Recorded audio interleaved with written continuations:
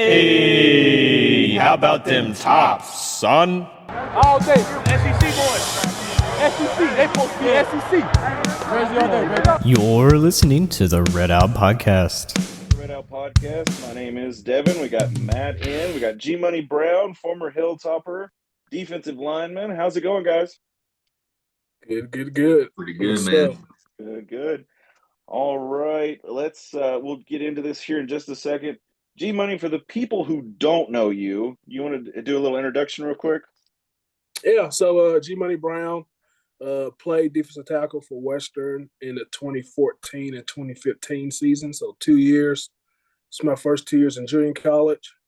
Graduated undergrad in 2015 and got my MBA in 2017, and part of the first conference championship team in 2015 and had a great time. I was there like Van Wilder, so I was there from 06 to 11. So I missed you by a few years, but hey, that's all right. Of course, Matt was able to fill in some of those gap years, so I guess he got to work with you one-on-one there. So Yeah. Matt, how's it going, buddy? Like a semester. Yeah, Still counts. it's all good. That's right. It still counts. Yeah, we're tied. So we've got a lot to update here. Matt, I'll let you just take over as far as updates go because it's a long list of stuff to talk about. Yes, sir. So, yeah, I'm just going to run straight through it. It's been a month since we talked, so just going to kind of hit some of the highlights. If I missed something, whenever y'all point it out, because I was trying to put the list together. But we'll just run straight through it, and then we can comment on it. So, just randomly starting here, not picking any favorites or whatever. Katie Eisenbarger from the track team, also known from her time as a volleyball player. She keeps setting and resetting school records in the high jump. She's actually third in the NCAA this season, as far as I know. She may have dropped down a spot or two as far as that personal record, but she keeps like resetting the bar. So she's a legitimate national title contender in the high jump. And then Katie Craig in golf. First of all, our women's and men's golf teams have been much improved, but individually, Katie Craig finished in the top 5 like a billion times this year, and so had a really nice season. She didn't end up winning the individual Conference USA crown, but has had a really good season. And then Luke Fuller somewhat came out of nowhere in men's golf.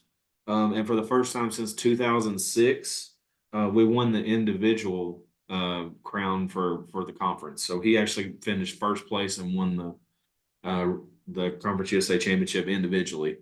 And then, of course, some updates on men's and women's basketball. Obviously, some of our mainstream sports. But just to kind of give y'all an update on what's been going on, the Lady Toppers have been working. They have signed. I need to update that. I've got it at 6. They got 7 players that they have signed. They're all forwards, taller than 6 feet tall. So they're obviously got a theme. They're trying to get bigger, trying to compete with Liberty and MTSU. So this is definitely, as long as this stays kind of where it's at, and these players actually show up, we're going to have one of the tallest teams we've had in recent memory. Problem is Alexis Meade is in the portal and not sure about Teresa Faustino if she has any eligibility. I've been trying to figure out if she has any eligibility. If anybody knows, let us know. But I don't know what guards are going to bring the ball down the court, but we'll see about that one. But they've been doing some work and have definitely brought in some size. So interested to see how the Lady Toppers pan out next year. And we'll continue to update. We've got a roster tracker that we are tracking daily as much as we can. What's going on with the Lady Tops, as well as basketball and football.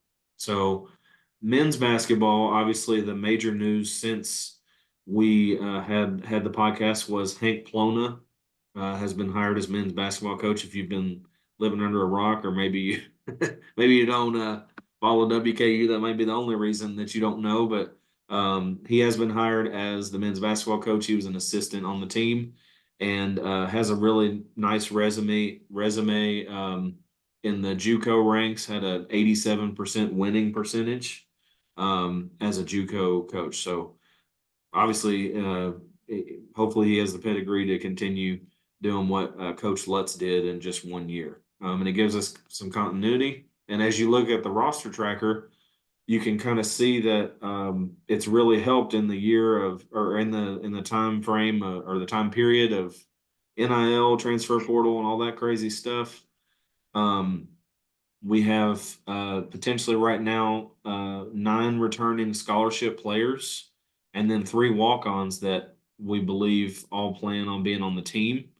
And then we have signed, the Tops have signed 3 players as well.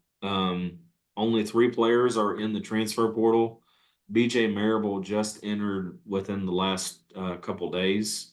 And then Dante Allen and Brandon Newman are in the portal. They do have eligibility, and we don't know, as far as I know, we don't know of any place that they've landed or if they're going to stay or what. So it's possible that we could have 11 scholarship players return and the walk-ons. So we'll see. It seems like somebody has to go there, but it is interesting to know that there's going to be some continuity with the basketball program. It's already past the time that they can get into the portal. Actually, it ends, I think, tonight. So unless they announce like within the next few hours on May 1st, we're pretty good. So sitting pretty there. So other than that, oh yeah, the softball team, obviously we're in the spring. Both Diamond Topper squads are having a really nice season. WKU softball is 29-18 overall right now, 14-7 in Conference USA, and sitting in second place. So they're having a heck of a year. They had 800 and something people at the softball complex. They had the whole stands filled up, and then they had the parking garage with people like hanging out in each level. It was crazy. That is pretty wild. Yeah, so that was when they played UK. Unfortunately, UK trounced them. But anyway, whatever. They ruled them. But hey, go Tops. We had some fans there. But anyway, and UK, of course, is a top 25 team, so it wasn't a shocker that they had a good game. But really having a nice year and sitting in second place, looking like a real contender to win Conference USA Championship. And then the baseball team has had an incredible year, 31-14 overall, 13-5 in Conference USA. They have a winning record against the top 100, top 100 in the RPI. Just a really good season, sitting in first or second place, depending on how you look at it. Percentage wise, they're in first, but they have one more loss than second and whatever. But I mean, it's been an incredible season. They had some really nice moments. Seems like every week or two they're setting some kind of new precedent that hasn't happened in 20 years or ever or whatever. And so we believe, as far as we know, that it was the first, when they beat Dallas Baptist, it was the first ever series win against a top 10 opponent in program history. We haven't been near the top in baseball in Conference USA, and it's been a while since we were near the top, even when we were in the Sun Belt. So just an incredible time. Like overall, you see all these accomplishments and everything on the hill. It's been a long time since everything was pretty good to great, and so it's just a testament to WKU overall right now, how well we're doing. So do you think that I think, or at least in my opinion, I think we got spared a rebuilding year in basketball this past year with Coach Lutz. Is this a rebuilding year, or what do you think the chances are, insurance guy, of having a rebuilding year or just jumping right in there and going back into it again? Well, losing the coach is a liability. No, sorry, that was terrible. Like a good neighbor, Matt's there. Lord. But hey, by the way, Safeguard kind of sounds like State Farm on the phone. So everybody thinks I say State Farm. I'm like, no, Safeguard. Oh, okay. And you Mm, are wearing the red shirt, but that's State Farm. So yeah, that's true, yeah. But that's anyway, Matt from State Farm. no, I mean honestly, like you have a lot of the same staff. Let's may take a one or two staff members or whatever still, but most likely it seems like most of them are staying. And Plona was like a huge part. If you kind of observed what was going on the bench and everything, I mean, he was seriously involved, and the players clearly love him because it's been you keep waiting for everybody to just announce they're leaving, and nobody's done anything. They're all pretty rock solid, except the guys that kind of make sense to shop. And some of them that you think like, well, this guy probably not going to stick around, and it seems like people are. That's So, good. I mean, I think like, why the heck can they not, add a couple pieces they need, and let's run it back and see if we can make a run. It'd be nice. G Money, what do you think about basketball? Did you watch any basketball this past year? I did. I did. Uh, obviously great season going to the tournament. Uh, I think Coach Plona do really well. Uh, it's one of those things when going back here, going back to football to talk about basketball, when Jeff Brom left, Coach Brom, put respect on his name. When Coach Brom left, I was really hoping that they would have hired Nick Holt or Tyson Helton. Because when you're in those systems, you usually hire people who align with you and believe in the same things. And I didn't know Coach, Lutz very well or Coach Plona, but the fact that he was his guy, I think he's going to keep a lot of the same stuff going. There will be some tweaks, I believe, obviously, because everybody's their own person, but he's a part of that staff for a reason. And he's going to have some of the same things in place that they had good success. Our first time in the tournament, what was it, 10, 11 years? Yeah, Yeah, 11 yeah. seasons. Yeah. So I think he's going to do well because he comes from that coaching tree. They see all the time, and I'm not comparing Lutz to Nick Saban when I say this, but all those guys who lead Saban, they ever got their own style, but a lot of times those guys go places and they're successful. That's because they're from that tree. You take the good and you keep it, and some things that's not really your style, you tweak it. So yeah, I think they do well. So you brought up Nick Saban, which actually reminded me of another story with John Calipari at UK going to Arkansas. Okay. So this is the fun part for me. So not a big UK fan, not a real Dallas Cowboys fan either. But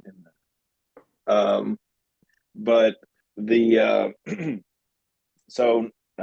Calipari goes to Arkansas, and then Kenny Payne goes to Arkansas, and then they had a NIL booster who stepped up and said, if any kids are going to go to UK, think about going to Arkansas, and I'll match your NIL. Okay. That donor is Jerry Jones. Yeah. This is funny for me because my dad is both a UK fan and a Dallas Cowboys fan. Oh, So the Dallas Cowboys have now turned Darth Vader for my father, and he's like, UK, and I'm like, yeah, okay. You boys just screwing everything up for you over there, isn't he? But anyway, pockets. Yeah. Oh my gosh. Yeah, I didn't realize Jerry Jones was an Arkansas Razorback. Yeah. Back in the day, he played football there. I had no idea. But so anyway, yeah, that was just a quick aside. I had heard that story a few weeks back, and I just thought it was really funny.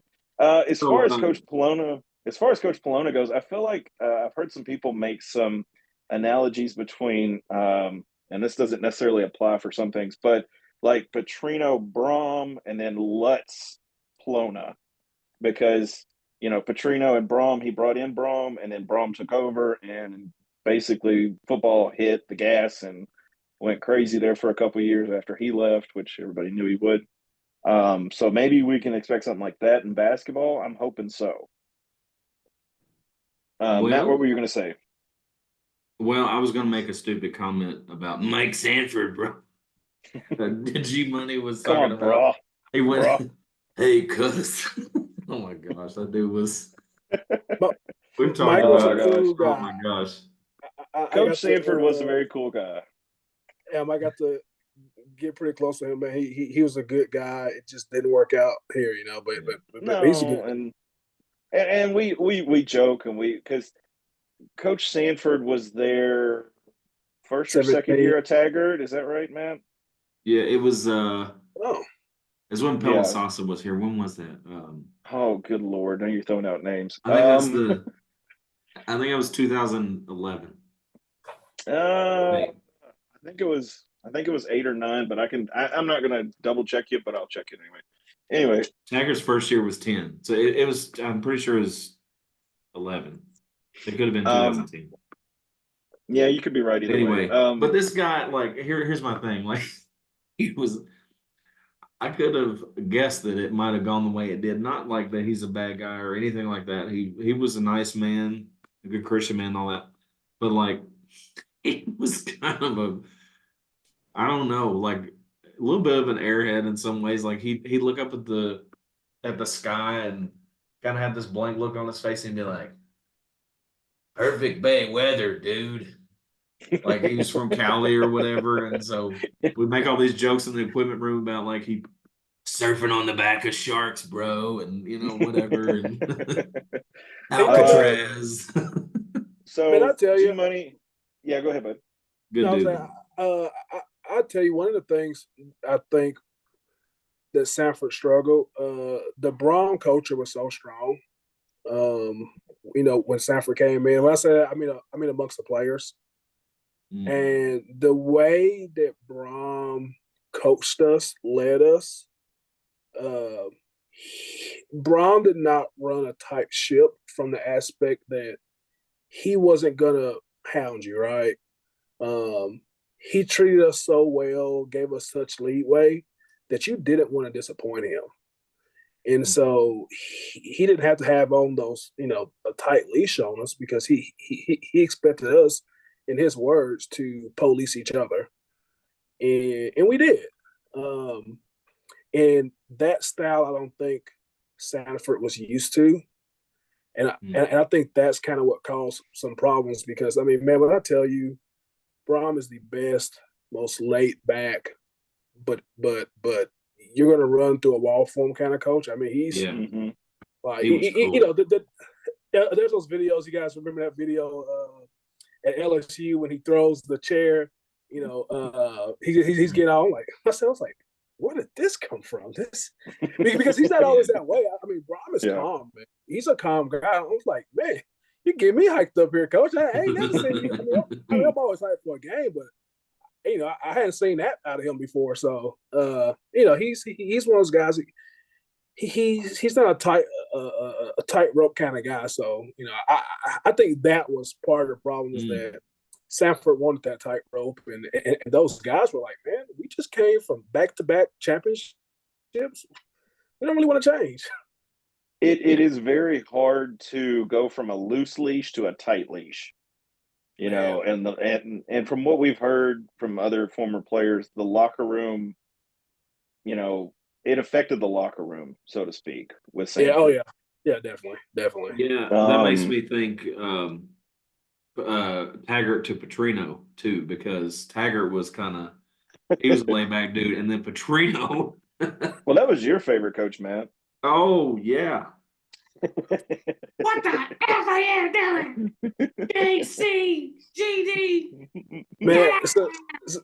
hey, listen. So I mean, Do you want to play? I'm sure we'll get into this, but man, Petrino is a big reason. He's probably the main reason of why I came to Western because really. at the time I had the other Conference USA schools in play. Before his incident in Arkansas, he was the guy. I mean, he had a beast at Arkansas. Yeah. I was like, man, again, kid from Mississippi. Your view on Kentucky is like, do they have electricity? Ding, ding, ding, ding, ding, ding, ding, ding. Yeah. And I'm like, but I was like, you know what? I don't care. I'm going here because it's by Petrino, and we go win some games. And I was a mid-year guy, so I didn't even get to play for him. I only played for Coach Braun, but He's the reason, and I don't know if you guys remember this or whatnot, but he signed like 13 of us JUCO guys that mid-year, which was not a common thing for people to do. Like, he signed 13 of us that mid-year. Petrino did. Wow. I mean, that's pretty impressive. I'm sure as a coach he was really intelligent as far as things go, but I didn't hear of him being very personable. So I can't speak to that. But I mean, hey, we're glad you came to Western. It was obviously you did really well under Brom and everything. Did he recruit you from JUCO, or how did that work? Yeah. So oh gosh, I'm losing the name here. But anyways, yeah, I was recruited from junior college. I don't know how much you guys know about junior college, which let me tell you, coming to Kentucky, I was surprised at how little junior college means here. Junior college in Mississippi is literally just a miniature university. It's a big deal in Mississippi and those states that play football in it, especially. Like, we have 4 dorms, 4 it's literally a miniature university, and it is extremely talented throughout JUCO. We ran a 4-3 defense when I played, and my other 3 tech, my other defensive tackle and ends, one signed to Auburn, one signed to Arizona State, and one signed to South Carolina. And I was the lowest recruited based on conference, at that time. Yeah. But man, like, when I came to Kentucky, I started learning more. I'm like, junior college isn't really a popular thing here. And so that was really weird. I don't know if it was. I don't know if it's just not popular. It's just not. I don't know if it's just. I don't know. I don't think we had a lot of players when I was at Western that went to JUCOs. And if it was just like, cool, you went to a JUCO. I mean, maybe that was just my stance. I didn't. But the only experience I have with a JUCO is Last Chance U on Netflix. So completely different situation, I'm sure. But well, no, let me tell you, I didn't watch much of it because I'm like, I don't want to relive that. But I did watch. I watched some of it. I had a high school teammate that was on there, so I got pretty involved when I saw him on there. But that's one of the few. That's one of the reality shows I can tell you. It is not scripted. Nothing that I saw in there was fake. Yeah. Everything in there is legit. Like, it's legit. Yeah. Wow. That JUCO lifestyle is different. I liked the coach for the first few seasons. The guy that was at Independence was the one that kind of lost me. Yeah, he was interesting. He was very, interesting is a good way to put it.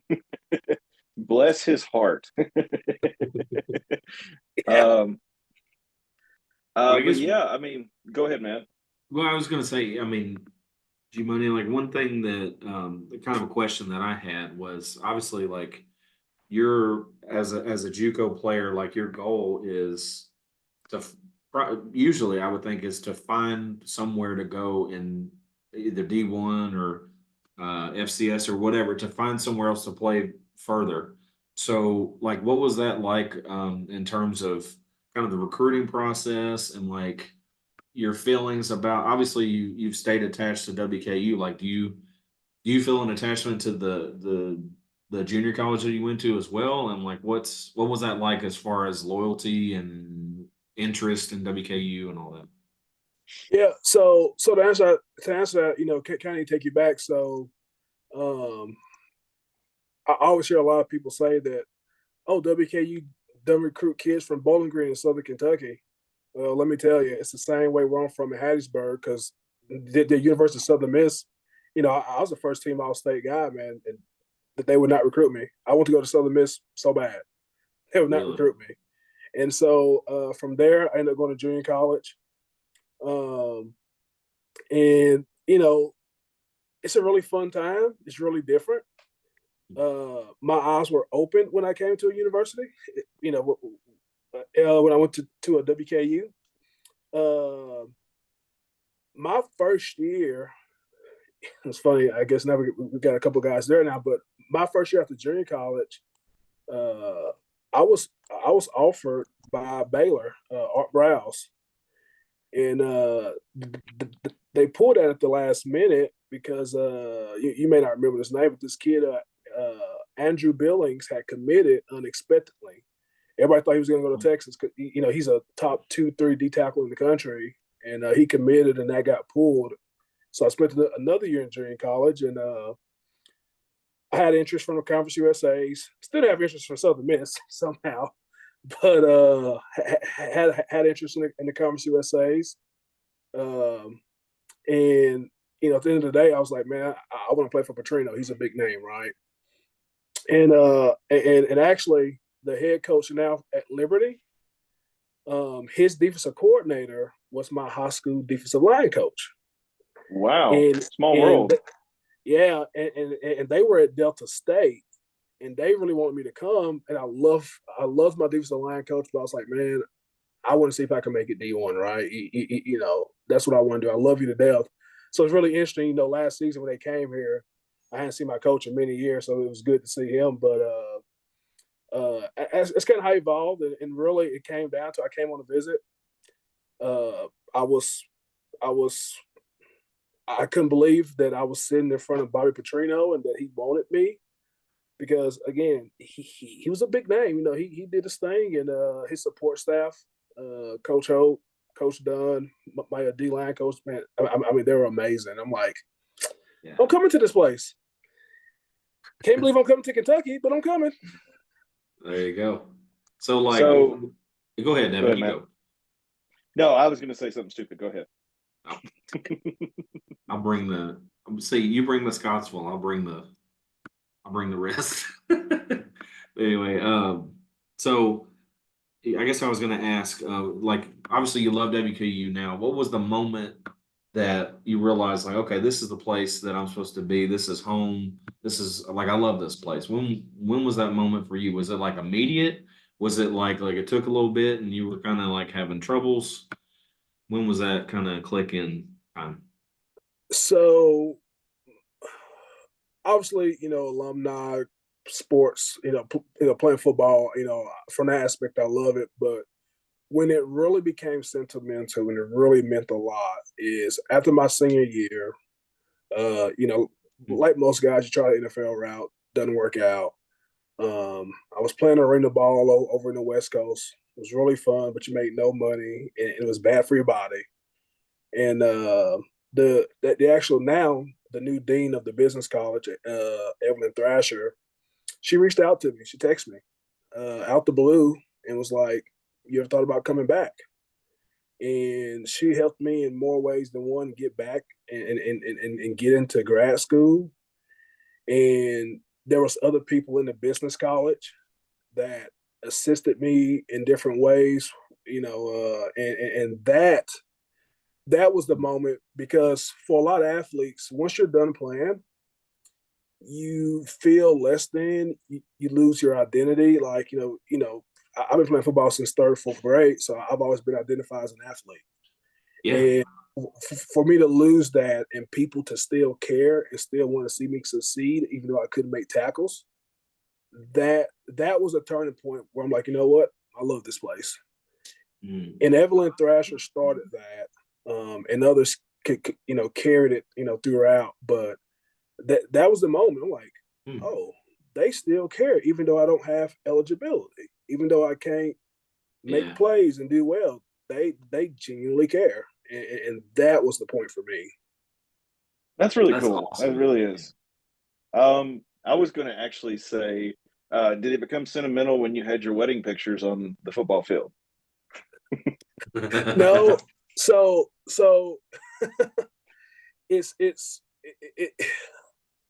so my wife now, girlfriend at the time, we met via social media, and she had this thing. She was like, I'm not going to date an athlete.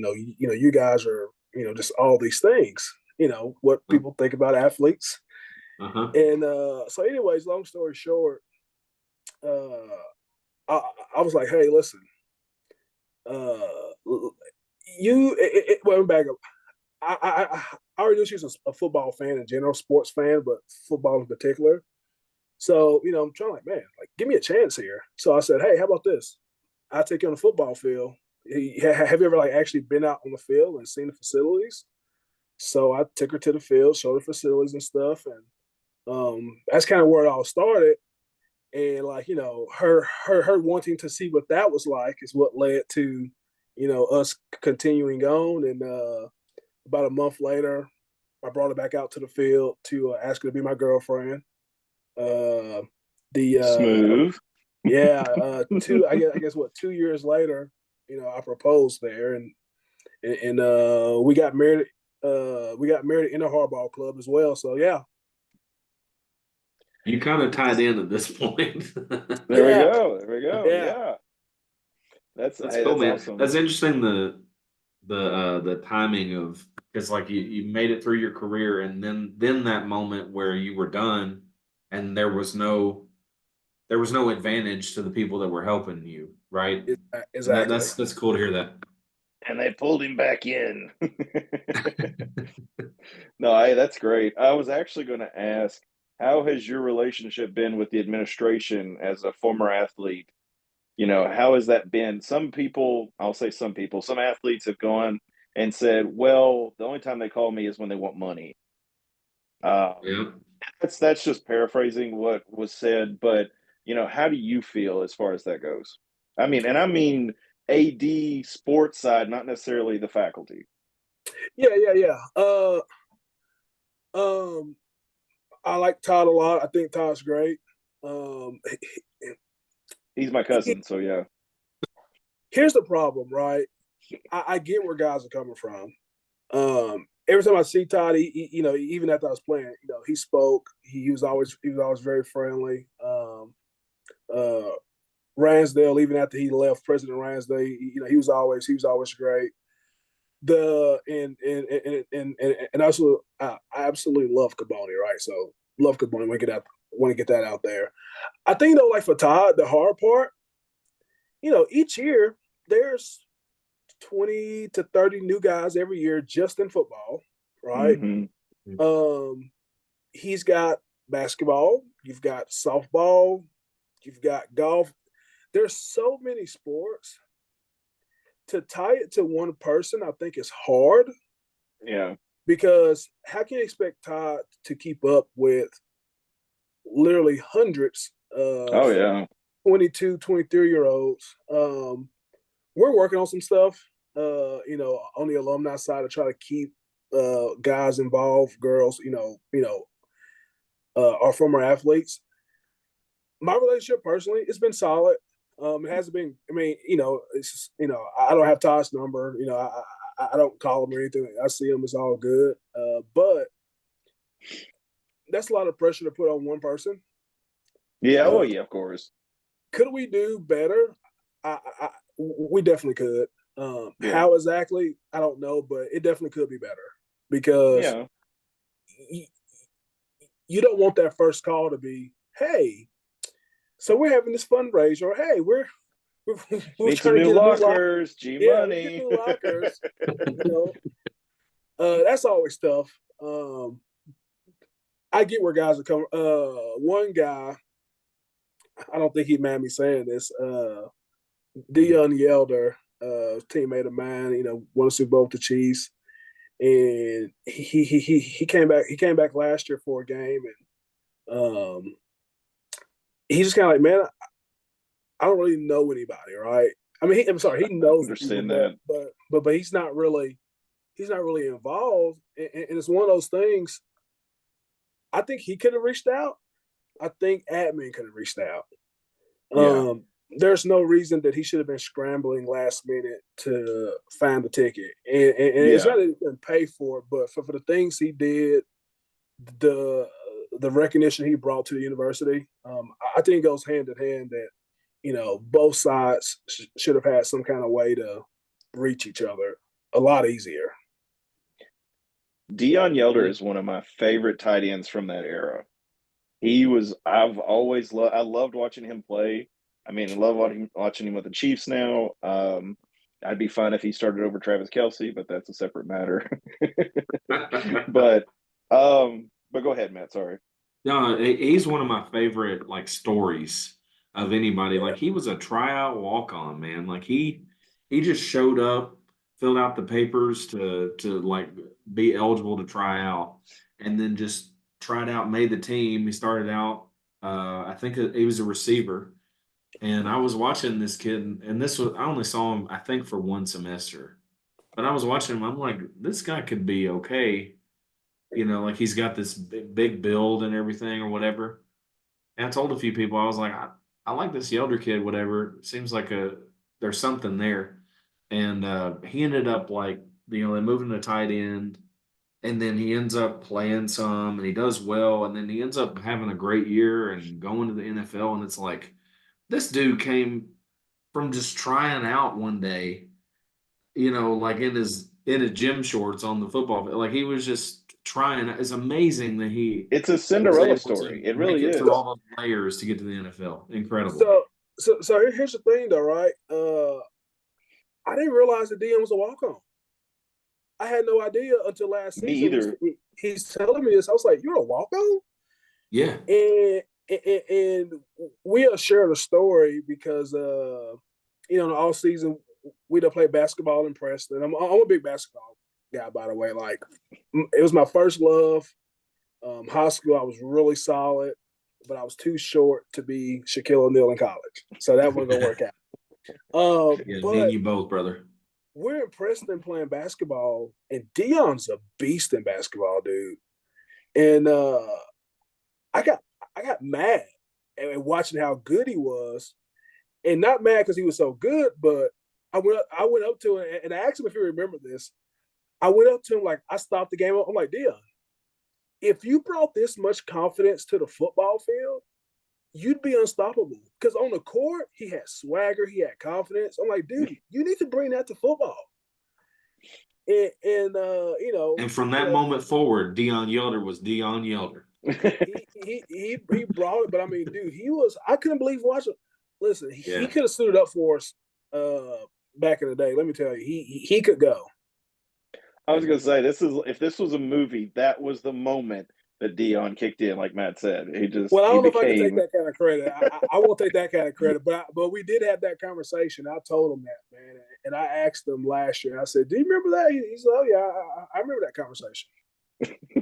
So yeah, Yeah, he did. So with I guess you're kind of in the era of pre-NIL. What are your thoughts on the NIL? I love the NIL. I hate the portal. Yeah, I can see that. And I will elaborate on that. I have no problem with guys making money. You know, if there's money to be made, guys should make it. It's especially, you know, cost of living. You know, I remember in college. I mean, I got Pell Grant, so you know, that was pretty nice when we got that back. But you know, guys should be paid. The part I don't like, when our staff, our administration, however you want to put it, our staff finds a talent that the big guys overlooked. I don't like that they get to say, "Oh, now I want you," because you know you're actually proving yourself. Yeah. I don't like that aspect. What I do like though, and one thing that's always bothered me, you know, I tell people, you're one coach away from seeing the potential between Group of Five and Power Five. You're one coach away, and I used to always, you know, I used to get mad at people who say, "Oh, you know, you're in Conference USA, you're not in the Power Five." I'm like, listen, I may not be there, but I'm just as good as those guys. Let me tell you. And Yeah. one thing I do like, you almost were, right? You almost went to Baylor. Yeah, it's just how it played out. And so for me, I ain't gonna say I like about the transfer, you know, the portal, but it's showing, you know, for me, it's showing Western fans, football fans across the country that there are really good players. You know, I'm just talking about Western. We've had guys go to the SEC, to the Big 12, to the Big 10, you know, and they've succeeded. Yeah. And so that tells you right there, like, there's talent. You're literally just one coach away from seeing, like, man, wait a minute, this guy, right? So love the NIL from this aspect. I do think the guys deserve it, the minimum cost of living. I hate the portal because we find the talent, and somebody else gets to pluck it. I'm really grateful that it wasn't around when we were around. Well, you know, when I was in school, 2014, I led Conference USA in tackles for loss. And I would say with that, I would have definitely gotten plucked.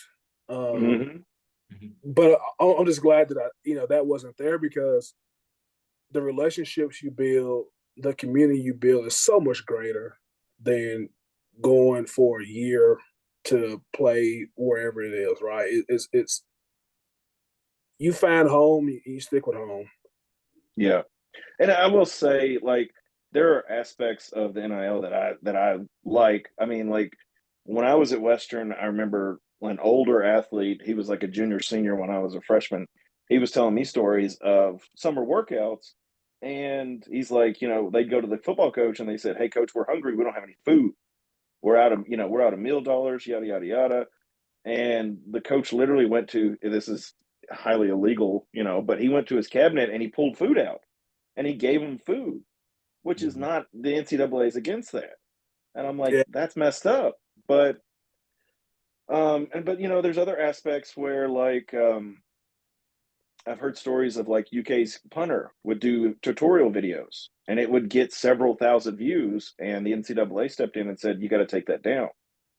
You're getting crazy. Compensation from that." And that's crazy. Yeah, exactly. It's crazy. Yeah, it's crazy. But, there are aspects of it that are good. And, like, the portal for me is an issue when we had Dennis Edwards on the podcast this past year, and he was talking about Alabama Big baby. calls. Oh, yeah. Matt loves his booty, by the way. Loves his booty. Oh, my God. Man, come on. Out of context, okay?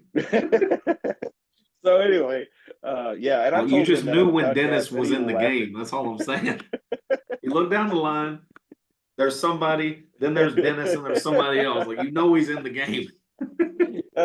So we were talking to Dennis, and he was talking about Alabama called. And they said, "Well, we like how you play. We would like to get you down here, yada, yada, yada. But you're going to be number 2. You're going to be the number 2. You're not going to be the starter." And he was like, "Well, no, I'm not doing that." Yeah.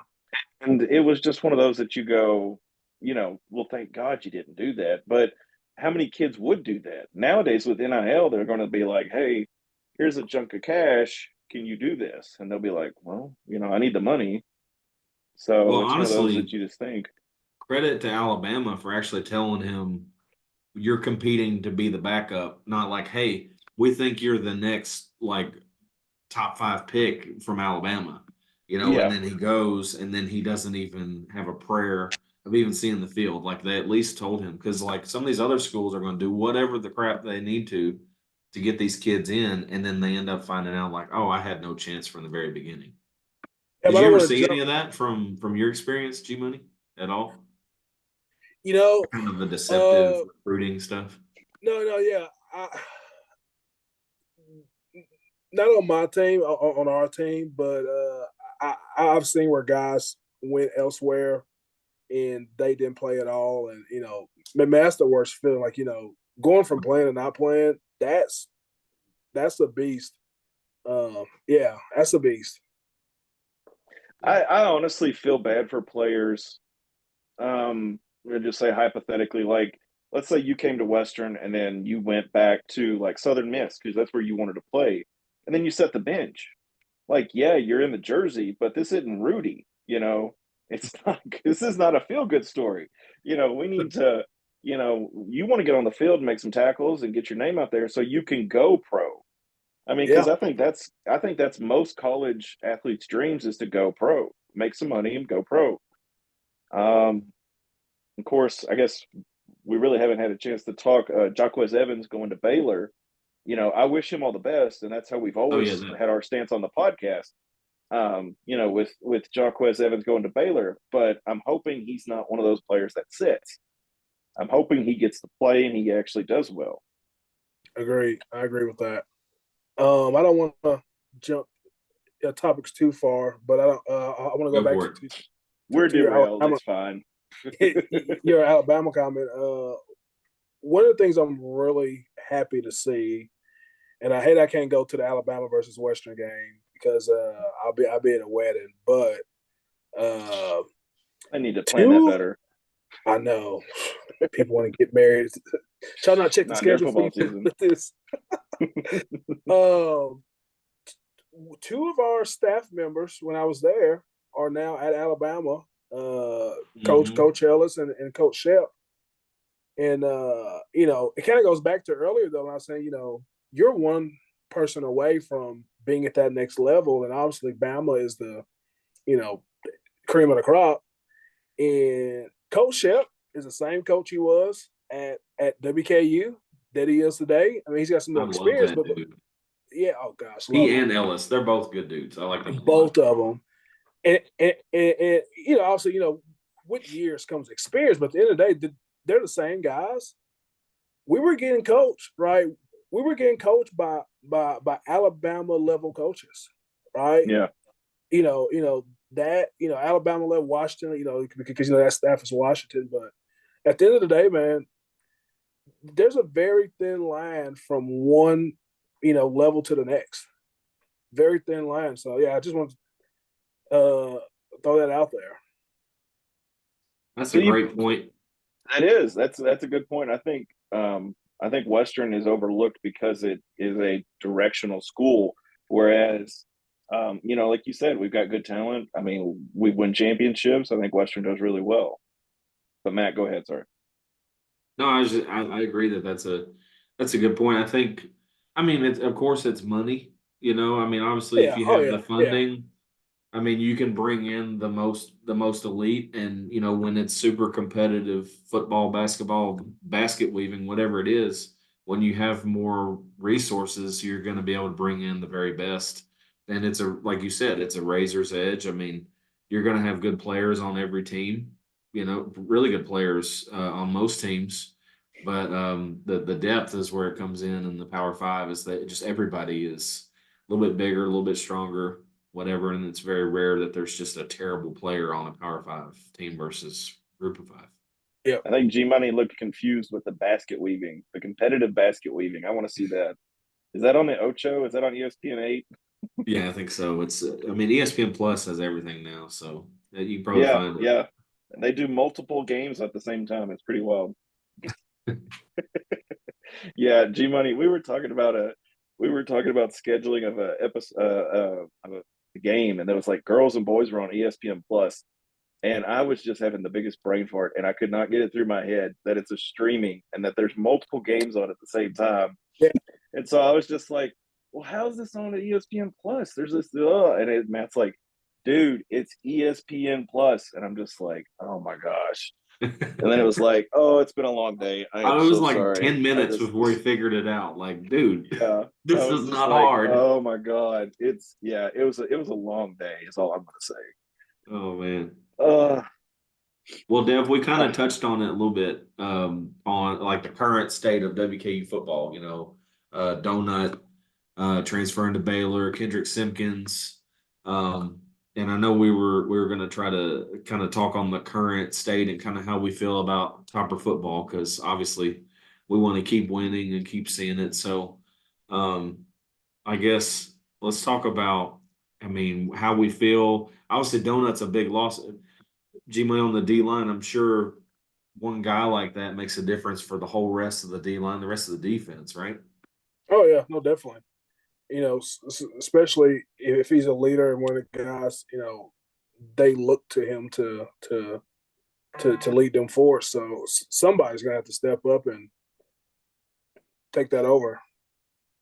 that was my thing. I was going to say that a lot of the secondary guys are calling out things, and linebackers are calling out things too. So they're also the they're also doing leadership roles with defensive stuff. I did see that some others that are in the portal. I'm sorry, Blue Smith is. I haven't heard if he's going to withdraw from there, so that's a big hit on the wide receiver. Yeah, I've got the roster tracker pulled up. If you want me to, You go right ahead. You shoot all off the right, ones man. Yeah. Oh, I meant Talik to- Allen. Sorry, Talik Allen was Yeah. another defensive guy I was watching there. Yeah. Yeah. Let's see. Okay. Okay, so there are 41 guys listed that are no longer on the roster. That's crazy. Yeah. That's a different world, but some major names. Lil Zappy. No, I'm just kidding. He hadn't really done anything but Trent Zappy. I just saw that. Let's see. Mark Good is a big one, offensive line. Obviously Donut. Bronson Barron was backup quarterback. Blue Smith is in there. Xavier Capers was a Power 5 transfer receiver. Aaron Key. Oh, did you say Wes Dorsey yet? He's in there. Yeah, he's definitely a big one. That's one that he's actually one. I think he went. Where did he go? Central Florida. Yeah, he's actually one that I think really could do well. Gemonee, I think you probably met him. He is huge. Like he was way bigger than any of the linemen we had when we were who's there. this? Wes Dorsey. Did you ever meet him? I don't believe His I did. hands are like I'm a big guy or whatever, but his hands are like 3 or 4 inches longer than mine. I mean, it's like he like Matt is ate my just hand Matt. alive. Matt picks up features evidently. Like Oh my gosh. Swords was a booty. Now Dorsey's his hands. Somebody else is going to be their legs. They They got just these nice have nice legs. features, okay? Matt, Oh, if it Lord. makes you feel, if it makes you feel any better, we all know that Dennis is a large individual. I say it like that. So you're not the only person that noticed. I'm We just actually- saying, man, like Hey Matt, do you remember is Darius what Boffman it back is. in the day? Who? I Who don't was like it? giving out names, but Darius Boffman. They used to call him Beyonce because he had a big booty too. So yeah, that's yeah. Oh, man. But Yeah, there's but the biggest hit for me personally is Tom Yeah. Ellard, our Australian. We're gonna have to go get another yeah, Australian. brutal. It's almost like a good luck charm at this point. I feel like. Oh man. Of course, senior wise, There's we a got story Craig behind Bird. that one. Anyway. Yeah. Craig Burt's leaving. Of course, Corley was drafted number 65 overall, which was always that's awesome to see. Keontae Davis graduated. Davion Irvin Poindexter, Corey Munson, Austin Reed, Marquis Stepp, Bryson Washington, Rome Weber, Davion Williams, and I can't say the last one. Tukulov Williams. And it was really hard. I'm bad with names. I'm sorry. So Colby, I don't know, man. That's a tough is one. it Tukulve? He's a DB, but anyway, Yeah. I'm bad with names and I can't pronounce them unless I practice about 15 times before the show. Gemonee, who do you think is the key to replace? I guess like there's a lot of big names. I think kinda makes me you got to nervous start at hearing the all those top. names. Well, In my opinion, you got to start at the top. But what do you think, G-Money? well, every team, unless you're the 06, 07 Chicago Bears, at the end of the day, the first thing's Still quarterback. Bears. Yeah, that's what I was going to say. Still Bears. Yeah. Good quarterback. So we've got to figure out between Mr. Veltkamp and Mr. Finley who's going to be the guy, because your quarterback is the one who should guide and lead your team. And no matter how good your defense is, linebackers, or great wide receivers, whatever quarterback can lead that locker room is just what it comes back to, right? Yeah. Your quarterback can elevate other people, not just on offense. And that's where I would give, a guy like Dowdy credit, man. Dowdy was the absolute best leader. I mean, he was the guy, and so for us, I mean, first thing is quarterback. You got to find a guy who's going to lead the team because there's not many teams who can be led by a defense. You've got the 06-07 Bears that did it with Rex Grossman. You've got those Baltimore Raven teams. Yeah. Outside of that, your quarterback has to lead. Yeah. Yeah. I agree. Right. I mean, and it's interesting, Brandon, because like I was a quarterback manager, so I knew him pretty well. And Yeah, you both were there for 15 years. So he was a weirdo. He was a weird little kid, man. I mean, when he first came to Western, he was kind of odd anyway, but like he really, really grew into it. You probably got some stories or whatever, but he's a little odd. But anyway, he would like make drill bit noises when he was like back in, like when he was dropping back in the pocket, he'd be like, seriously, like every time, and he always had like great mechanics and all that stuff, but it was like, this guy is weird. And people get so maybe he wasn't about, maybe he wasn't making those sounds with his mouth. Maybe it was like yeah, he was just a machine. Yeah, my mistake.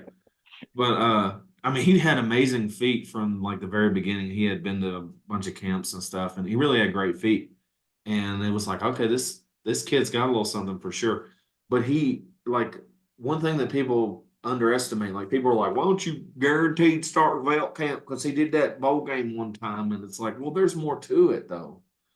Like South Florida, he's local boy. You're gonna have fans in the stands. CG like, Money. okay, It's always we're gonna about the win. body parts. He's talking about his feet now. See what I'm saying? Anyway, so I'm just moving on from your bull crap, Devin. Okay. Oh my gosh. Anyway, no, seriously though, like I think people maybe G-Money, maybe you can help us out, maybe help me out because like I try to explain to people, there's more to it than just what you see in a game or that happened in like one moment. Because like most of the players on the team could come in one time and do something crazy. Like you see something in practice, but it's like a consistent thing throughout. So like the fact that Veltkamp was third on the depth chart, he didn't win the bowl game job. I'm not saying the kid is any kind of issue, but like sometimes especially quarterbacks, like there's a component of just leadership and presence and practice habits and all that stuff that comes into play that I don't think people really understand. No, and most fans don't understand. One of the things that's been so fun now, been on the other side. Now, I'm going to preface this by saying I was a really smart football player, really. Like when I was in football, I was really smart. Not the stereotypical defensive lineman. Like I was a football, like I loved it, details. I knew the offensive plays, I knew the defensive plays, knew all the signals. I mean, formations. I mean, I was engulfed in it. And people don't. So one of the funnest things though is seeing now being a fan. Some of the conversations that I say or the things I say isn't necessarily fan talk. So it is extremely simple. If I call somebody a 3 technique, Yep. most people say, what's a 3 tech? It's a defensive tackle. They usually play on the outside shoulder to guard on either side. Like, sorry, let me be like, that defensive tackle. But anyways, to answer your question, it's really hard for fans to see the things outside of just results because that's all is results. Oh, well, the defense, that cornerback got scored on. Well, yeah, but he's supposed to have help over the top, or this linebacker went to the wrong hole. Well, you've got Coach Holt who's saying no matter what, you go to your gap no matter what, and the other person, I never forget. I got chewed out. I'm not trying to veer too far off here, but La Tech in 2014, man. It was it Anthony Dixon or Kenneth Dixon, the running back? Yeah, Kenneth Dixon. Yeah, Kenneth running Dixon. back. Man, he got us for like 65 plus yards. Scored a touchdown. And I knew when he scored, I knew it was on me. I knew it. It wasn't on linebackers, it was on DBs. I had my assignment, and I didn't do my assignment. And I knew it film, thinking like, this is about to be bad. He came right where I was supposed to be at. And that next day in film, I caught hell, and I deserved it. But for me, when things break down or when things go well, I'm looking at who messed up, who was not in the right position, and it's really interesting because I know a lot of times coaches get flack like, oh, why you call that defense? Listen, the defense will work if Gemonee Brown is where he's supposed to be at. Yeah. But G wants to be a superhero and do his own thing. Yeah. Or, whatever it is. I mean, there's always something that happens. And so anyways, that's a long way to say, man, there is so much that goes into those decisions outside of just a bowl game. And, man, I hope Velcan is what we saw in the bowl game. So I hope he's that guy. If he's not that guy, I hope that Finley, leads us to a great season. But, yeah, Matt, there's so much more that goes into, than just one good bowl game. It's so many other things. Like, you have to lead. You have to have a presence. You have to be that guy, not just on the field, but off the field. So, yeah. Yeah. Let me see. I was trying to think of my numbers back from high school. So you got 0, 1, 2, 3, 4 I, 4, 5. And let's see that when you get on the tight end, I always forget the number. So it's so you got head up at 0, right? As I said, up on the center. You got inside shoulders 1. The shade of the shade of the center is the shoulder of the center is either shade or 1. Then you got the inside. You got 2 I is an inside shoulder guard. Okay, you do 2 I. Okay. 2 is head up over the guard. Then you got 3 outside and just keeps going all the way out to about a 9. Yeah. Yeah. See, when I was in high school, they did 4 I for the inside shoulder of the tackle, and then 4 was straight. So it was all like even. And I think 6 was the tight end, and I think it was 7 was inside shoulder and 9 was outside shoulder. Of course, I never had to deal with that. I was a big old boy, so 9 is way outside. Yeah. So I never had to worry about outside. They were like, no, scoot in. You're gonna be like 5 at the most. So I tell you something. 2015. You talking about again kind of understanding what's all going on. 2015 against Marshall, we were the better team. We knew we were going to beat them, all that good stuff, and head to the conference championship. I had one of my best games because I realized when they were running the ball, and I don't remember which way now, but at the time I realized if it's a city, they're going one way. If it's a state, it's going the other way. Smart, buddy. And I'm like, man, this is like, you guys got it. This is too simple. Like, you guys can't run. It is Marshall, though. Yeah, God bless him. Yeah, but I mean, it's one of those things. Like, guys, this is so. I'm like, hey guys, listen. They call a city, it's going this way. They call a state, it's going this way. And I don't know if you remember that game. We beat the crap out of them that game. Yeah, because of Gemonee Brown. That's right. I don't say because of that, but it definitely helped. Man, with you coming on now, we know what impact you had on the program for real. Deion Yelder, blowouts of Marshall. I mean, that's what it is. Yeah, he was the brain. He was the brain of the defense right there. A couple of things you mentioned made me think. A couple thoughts. One, I went to that. I think it was 2015 when we played La Tech at La Tech and got murdered. No, 14 we got murdered. 15 we came here and barely beat them when they came here in 15. This one had Jeff Driscoll. Yeah. we went to that game. My wife and I, we just got married, and we went down to Ruston to see that 59-10 debacle.